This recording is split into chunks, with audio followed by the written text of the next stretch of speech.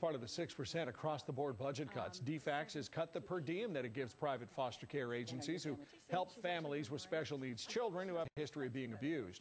One of those agencies is Creative Community Services. We've had children that have been in as many as 23 failed placements, and then when they get to Creative Community Services or an agency that's similar to ours, they don't have any failed placements. CCS says it can no longer provide what's called therapeutic foster care because DFACS has cut its funding. We're going to have more on what this means for families tonight on the Evening News at 7. Well, with measured resources, as virtually all state agencies has to trim spending by 6% starting October 1st. 11 Alive's Valerie Hoff reports some foster parents say the extra help they need is now going away. Get that. But Teresa George is a foster mom to two teenage boys she says had a rough start in life. Both of them have had a lot of abuse. One is abandonment, and the other was actual sexual abuse. Melody Midler has fostered a 16-year-old daughter for 8 years with a similar background. Friday, these foster parents gathered with the people they rely on for help, the private foster care provider Creative Community Services. This nonprofit group contracts with DFACS to provide extra assistance called therapeutic foster care to help deal with the behavioral and emotional issues these foster children face. They have case managers that go into the homes on a weekly basis at least, and they're on a 24-hour call. And they also only handle 8 cases at the most. Sally Buchanan says the state's cutting her per diem from $40 a day per child to $32. Not enough to operate in the black, she says. And the 23 children that this cut is affecting will make it to where we cannot support it anymore. We have been supporting what the state gives us by $20,000 a month just for those 23 children, and we can't raise any more money to do that. The families will still be served by DFACS caseworkers, but they say that's not enough.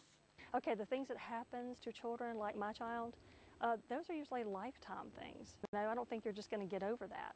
State DFACS officials say they are trying to be more efficient and eliminate a duplication of services, saying their caseworkers already provide the same services the private agencies do. These families disagree and now must decide whether to continue without the support they say they need or to move their foster children into other foster homes. In Fayette County, Valerie Hoff, 11 Alive News. The Family and Children Services, DFACS, doesn't have the resources to give. Our financial solvency is at risk, and without, agencies like ours, that is the big question: who will be able to serve them? The agencies say foster parents could still operate with the diminished services they'd be able to have, or operate entirely with what services DFACS could do alone. Some parents say could just go with DFACS. Others say that's not going to work. Doing it with DFACS, DFACS is not responding the way they should. Would you do this with DFACS? No, I wouldn't. The providers say they're lobbying to have the cuts reversed and even considering boycotting state business to underscore the importance of their work. Right now, we have children that are not getting services that they need, and guess where they're ending up? In the Department of Juvenile Justice. So it's, pick out where you're going to pay for it. Fox 5 repeatedly contacted the State Department. Agencies that place children in foster homes and provide caseworkers for them say state budget cuts could hurt Georgia's most vulnerable kids. The state is planning to reduce the rate it pays for such services, and the private groups that provide them are crying foul. Fox 5's Charles Molyneux reports. Family. I like family. Terry, that's the name he asked us to use for him, says he knows firsthand what Georgia's private foster child placement agencies can do. After battling a troubled and abusive home life since he was 6, he says he got the support he needed from private agency Creative Community Services and its caseworkers. They'll stick with you. They'll come out 2 o'clock in the morning, 3 o'clock, doesn't matter. If you're in trouble, in jeopardy, they'll come out, talk to you, calm you down. If anything you need to talk about, they'll talk to you about it, get you to understand that we're working on this for you, we're trying to make things better for you. Terry says he's worried what'll happen to foster kids like him if state budget cuts for placement agencies go through. I've came very, very close to being put on the streets. Those providers came together today after Georgia's Department of Human Resources notified them it is reducing the rates it'll pay them or terminating their contracts October 1st.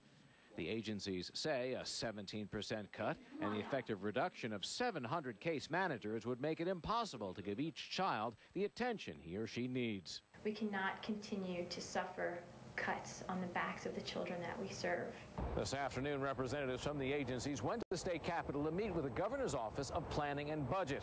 Over the next week, they plan to discuss the possibility of collectively refusing the new rates and canceling their contracts en masse. They say that leaves them concerned about the possibility of what it would mean for the kids, as well as their own ability to stay in operation, but they say their backs are up against the wall. Somebody else will say, well, we can't do that to the children. Well, what do you think's fixing to happen to the children anyway? Terry says he decided he wanted to speak out for these agencies and urge the state to hold off on cutting the people who helped him. They stopped an incident, a tragedy, for a person like me who has potential in life. I want to be a law enforcement officer.